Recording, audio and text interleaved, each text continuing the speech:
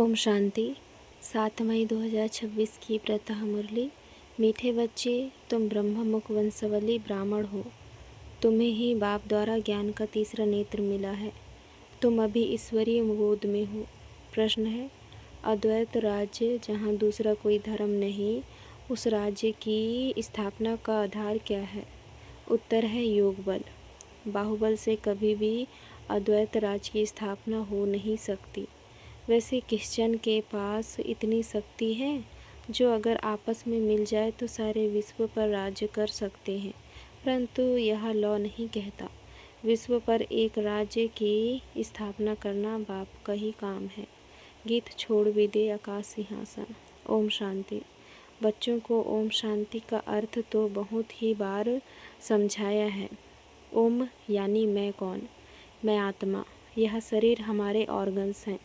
मैं आत्मा परमधाम की रहने वाली हूँ। भारतवासी पुकारते हैं कि हे दूर देश के रहने वाले आओ, क्योंकि भारत में अभी बहुत धर्म गलानी दुख हो पड़ा है। आप फिर से आकर गीता का उपदेश सुनाओ। गीता के लिए ही कहते हैं शिव बाबा आइए, क्योंकि वह सबका बाप है।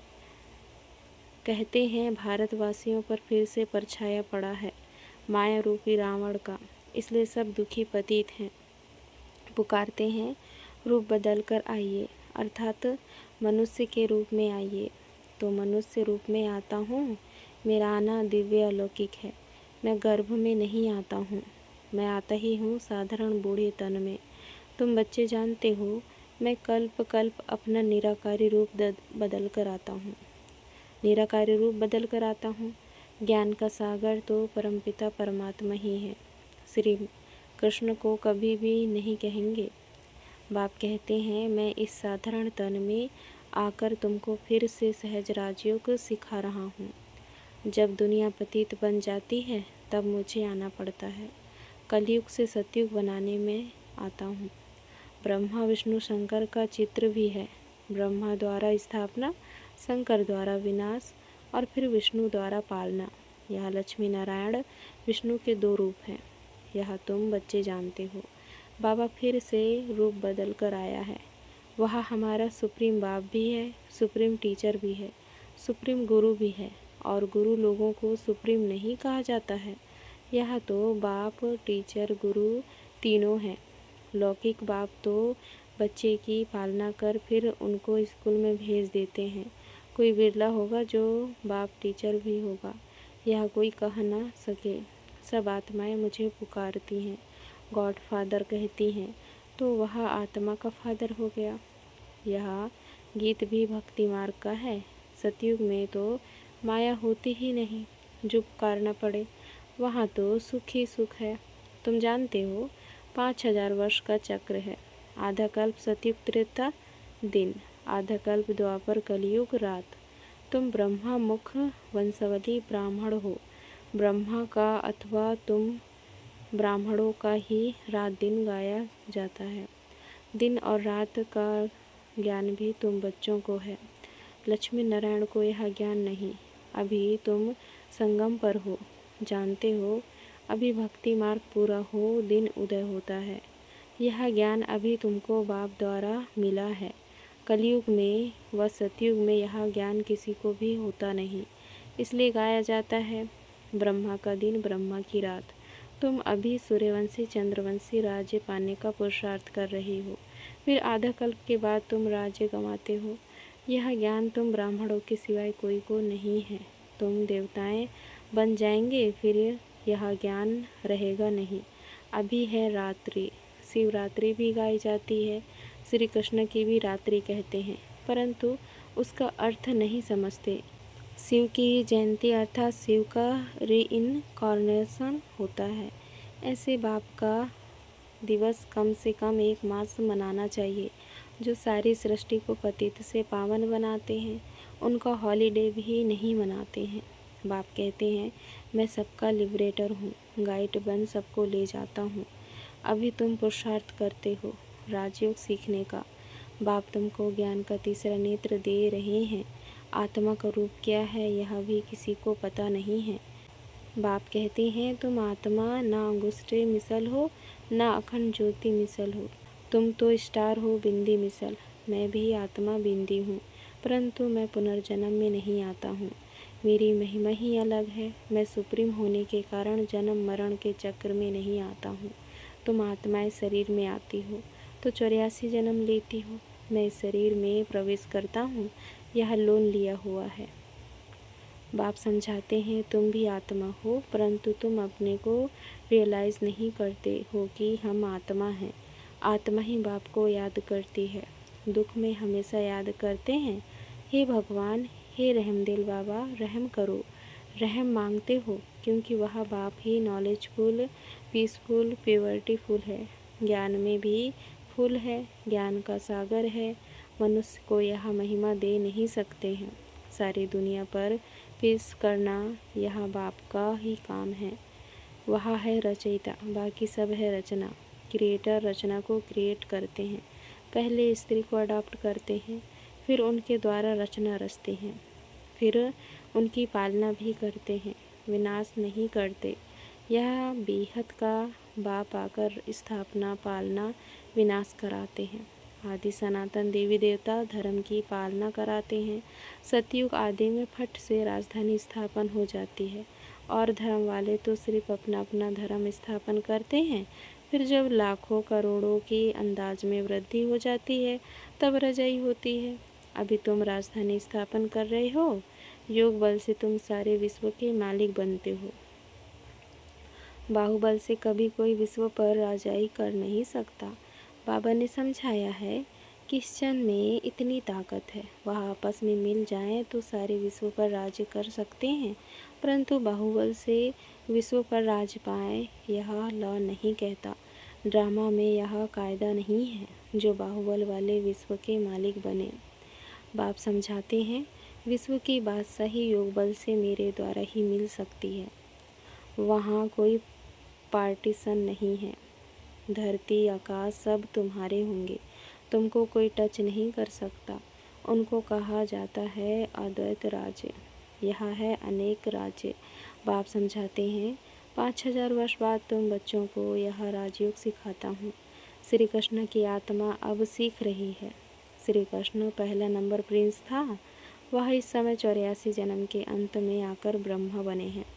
यह बच्चों को समझाया है सृष्टि का चक्र कैसे फिरता है। बाप फिर से स्वर्ग की स्थापना कर रहे हैं। अनेक धर्म विनाश होने हैं जरूर, एक धर्म की स्थापना हो जाएगी। भारत ही 100% सॉल्वेंट धर्म श्रेष्ठ था। देवताओं के कर्म भी श्रेष्ठ थे, उन्हों की ही महिमा गाई हुई है। सर्वगुण संपन्न, पहले पहले पवित्र थे, अभी पतित बने हैं। फिर बाप आकर स्त्री पुरुष दोनों को पवित्र बनाते हैं। रक्षाबंधन का उत्सव इतना क्यों मनाते हैं यह कोई को पता नहीं है। बाप ने ही आकर प्रतिज्ञा ली थी कि अंतिम जन्म में तुम दोनों पवित्र हो। सन्यासियों का तो धर्म ही अलग है, ज्ञान, भक्ति और वैराग्य, यह तुम्हारे लिए है। तुमने देखा होगा पादरी लोग चलते हैं तो आंखें एक तरफ रहती है और किसी की तरफ देखते नहीं। नन्स होती है ना, अब वह तो क्राइस्ट को याद करती हैं। कहते हैं क्राइस्ट गॉड का बच्चा था। तुम्हारा कोई सफ़ेद कपड़े आदि से कनेक्शन नहीं है, तुम तो आत्मा हो। नन बट वन, एक को ही याद करना है। सच्ची नंस तो तुम हो। तुमको वर्षा उस बाबा से मिलना है, उनको याद करेंगे तभी विकार विनाश होंगे। इसलिए बाप का फरमान है मामेकम याद करो। आत्मा का निश्चय न होने कारण नन्स फिर क्राइस्ट को याद करती हैं। गॉड कौन है यह नहीं जानते हैं। भारतवासी जो पहले पहले आते हैं वही नहीं जानते हैं। लक्ष्मी नारायण को यह सृष्टि का ज्ञान थोड़ी है, ना वह त्रिकालदर्शी है। त्रिकालदर्शी तुम ब्राह्मण बनते हो, तुमको कौड़ी से बदल हीरे जैसा बाप बनाते हैं। अब तुम ईश्वरी गोद में हो। तुम्हारा यह अंतिम जन्म बहुत अमूल्य है। भारत की खास दुनिया की आम तुम रूहानी सेवा करते हो। बाकी वह तो है जिस्मानी सोल वर्कर्स, तुम हो रूहानी। तुमको सिखाने वाला सुप्रीम रूह है। हर एक आत्मा को बोलो, बाप को याद करो।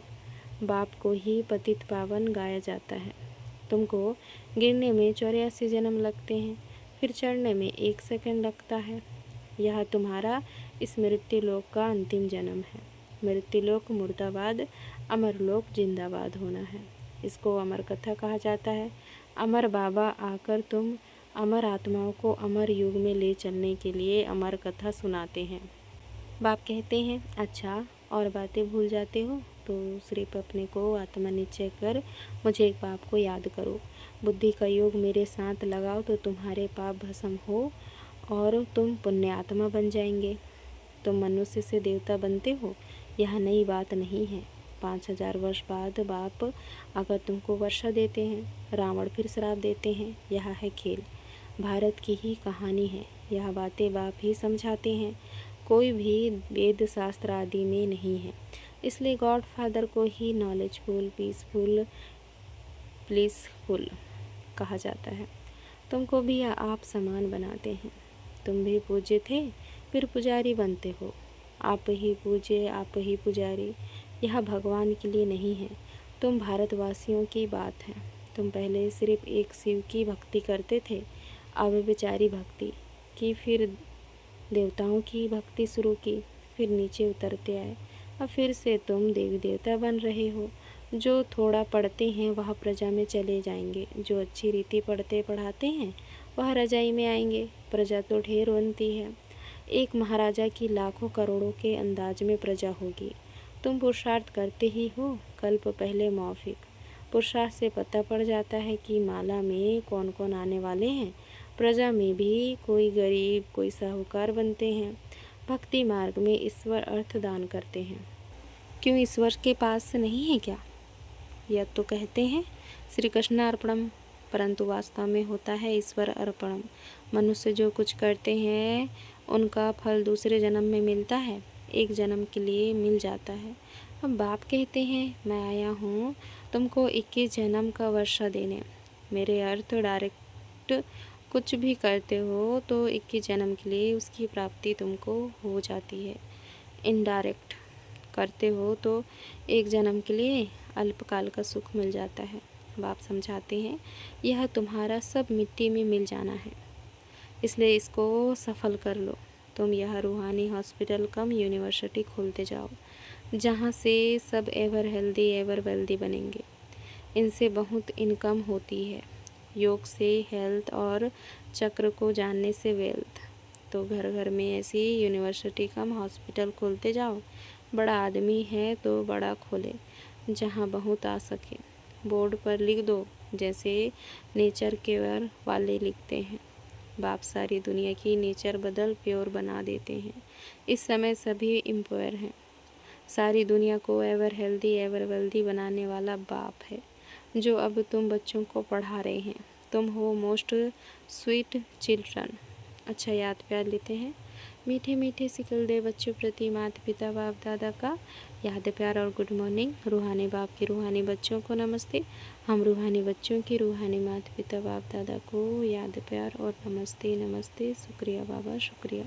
धारणा के लिए मुख्य सार है, पहला पॉइंट, अपने इस अमूल्य जीवन को रूहानी सेवा में लगाना है। खास भारत आम सारी दुनिया की सेवा करनी है। दूसरा पॉइंट, अपना सब कुछ सफल करने के लिए डायरेक्ट ईश्वर अर्थ अर्पण करना है। रूहानी हॉस्पिटल और यूनिवर्सिटी खोलनी है। आज का वरदान है, एक रस स्थिति द्वारा अतीन्द्रिय सुख की अनुभूति करने वाले सर्व आकर्षणों से मुक्त भव। विस्तार है, जब इंद्रियों की आकर्षण और संबंधों की आकर्षण से मुक्त बनो, तब अतीन्द्रिय सुख की अनुभूति कर सकेंगे। कोई भी कर्मेंद्रियां के वश होने से जो भिन्न भिन्न आकर्षण होते हैं, वह अतीन्द्रिय सुख व हर्ष दिलाने में बंधन डालते हैं। क्या डालते हैं? बंधन डालते हैं। लेकिन जब बुद्धि सर्व आकर्षणों से मुक्त हो, एक ठिकाने पर टिक जाती है, हलचल समाप्त हो जाती है, तक एक रस अवस्था बनने से अतीन्द्रिय सुख की अनुभूति होती है। स्लोगन है आज का, अपने बुद्धि की लाइन सदा क्लियर रखो तो एक दो के मन के भावों को जान लेंगे। यह व्यक्ति सारे सदा चल अडोल एक रस स्थिति का अनुभव करो। किसी भी प्रकार की हलचल में अचल रहना यही श्रेष्ठ ब्राह्मण आत्माओं की निशानी है। दुनिया हलचल में हो, लेकिन आप श्रेष्ठ आत्माएं हलचल में नहीं आ सकती। क्यों? ड्रामा की हर सीन को जानते हो। नॉलेजफुल आत्माएं, पावरफुल आत्माएं सदा स्वतः ही अचल रहती हैं। तो कभी वायुमंडल से घबराओ नहीं, सदा निर्भय रहो।